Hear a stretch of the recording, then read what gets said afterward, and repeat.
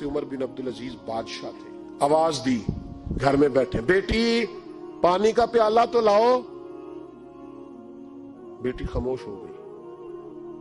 ساتھ والا کمرہ بیٹی کا. پھر آواز دی, بیٹے سن رہی ہو؟ کہ ابا جی سن رہی ہوں, پانی کا پیالہ دینا.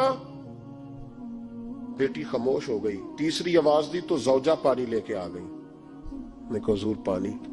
حضرت عمر بن عبد العزیز کو غصہ آیا, کہنے لگے بچے کس لیے ہیں, وہ خود کیوں نہیں آئی؟ اب اتنی نافرمان ہو گئی ہے کہ ایک پیالہ پانی کا باپ کو نہیں دے سکتی, کیوں نہیں آئی؟ تو زوجہ کہنے لگی چلیں درگزر کریں. اس نے کہا ابا کو نہیں بتانا, پی لے. کیوں نہیں بتانا؟ بتاؤ کیوں نہیں آئی؟ میں نے اس کو پکارا تھا, تمہیں پکارتا تو تم آتی, تمہیں بتانا پڑے گا. جب بات ذرا آگے بڑھی تو ماں تھی نا, بات بیٹی کی تھی, تو اماں رو پڑی, آنکھوں میں آنسو آئے.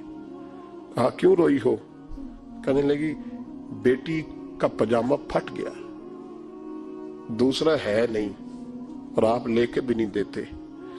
کمرے میں بیٹھ کے تو پجامہ سی رہی ہے, تو کہہ رہی تھی ابا کو بتانا نا, انہیں تکلیف ہوگی. تو وہ اس کے پاس دوسرا ہوتا تو آ جاتی, ایک ہی تھا, تو اس لیے نہیں آئی. حضرت عمر بن عبد العزیز اٹھے, سر سجدے میں رکھا, کہنے لگے یا اللہ تیرا شکر ہے, تو نے میرے بچوں کو بقدر ضرورت روزی عطا فرمائی ہے.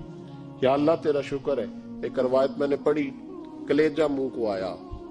مصطفیٰ کریم بیٹھے تھے, تو سیدہ عائشہ صدیقہ رضی اللہ تعالیٰ نے عرض کی یا رسول اللہ صلی اللہ علیہ وسلم, وہ دیکھیں سیدہ فاطمہ آ گئی ہیں, وہ دیکھیں بی بی صاحبہ بغیر بتائے آ گئیں.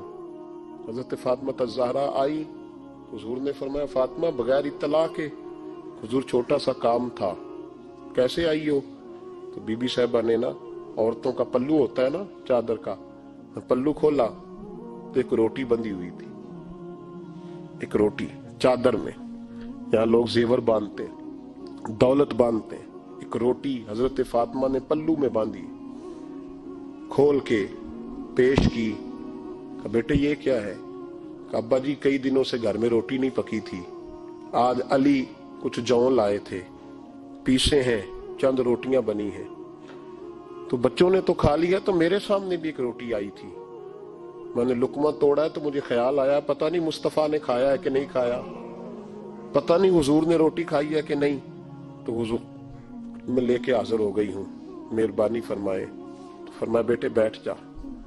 حضرت فاطمہ بھی بیٹھ گئی. سیدہ عائشہ کہتی حضور بھی بیٹھ گئے. فرمایا فاطمہ کتنے دنوں سے نہیں کھایا؟ عرض کی حضور 3 دن سے. فرمایا بیٹے میں نے 5 دن سے نہیں کھایا, آ جا. دونوں باپ بیٹی مل کے کھاتے. روٹی 2 حصوں میں حضور نے بانٹی. فرمایا چل آدھی تو کھا, آدھی میں کھاتا ہوں. حضرت فاطمہ نے لقمہ توڑ کے منہ میں رکھا تو رو پڑی, حضور 5 دن سے نہیں کھائی. فرمایا بیٹے چپ کر, ہمارا دنیا سے کیا تعلق, ایک پل رہ گیا ہے, بس اللہ پھر جنت کی ساری نعمتیں عطا فرما. رونے والی بات ہی نہیں ہے اس میں, بس ہمارا کیا تعلق, ایک پل ہے, پھر مالک بڑا کچھ عطا کرے گا. او بھائی, جو کائنات کے مالک و مختار تھے, جو ابرو کا اشارہ کرے تو حضرت جبریل جنت کی نعمتیں لے کے آ جائے, انہوں نے تو دنیا کی جانب توجہ ہی نہیں کی, ان کا تو خیال ہی نہیں آیا. دنیا ہی دنیا, دولت ہی دولت, ہر آدمی دولت کے ترازو میں تلنے لگا ہے. اب تو کلیجہ پھٹتا ہے. اب تو لوگ پوچھتے ہیں, اور میں کبھی کبھی بڑا مجبور ہوتا ہوں, آزمائش میں آ جاتا ہوں.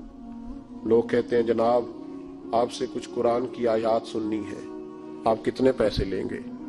کچھ حدیثیں سننی ہے, کیا اس کا معاوضہ ہوگا؟ آپ سے اس نبی کا نام سننا ہے جس کا آپ کھاتے ہیں, جس کے نام پر آپ نے عزتیں لی ہیں, ان کا نام سننا ہے. آپ کا ریٹ کتنا, آپ کتنے میں بیچیں گے؟ وہ نعت جو غذا ہے وہ کتنے میں بکے گی؟ جب دنیا داری کا یہ اشر ہو جائے کہ وہ رسول اگر ان کا نام نہ رہے تو ہماری سانسیں ہی نہ چلے, ان کا نام بھی جب اس طرح کمرشل کر کے لیا جائے اور اس طرح وہ چیزیں بھی ریٹ میں آ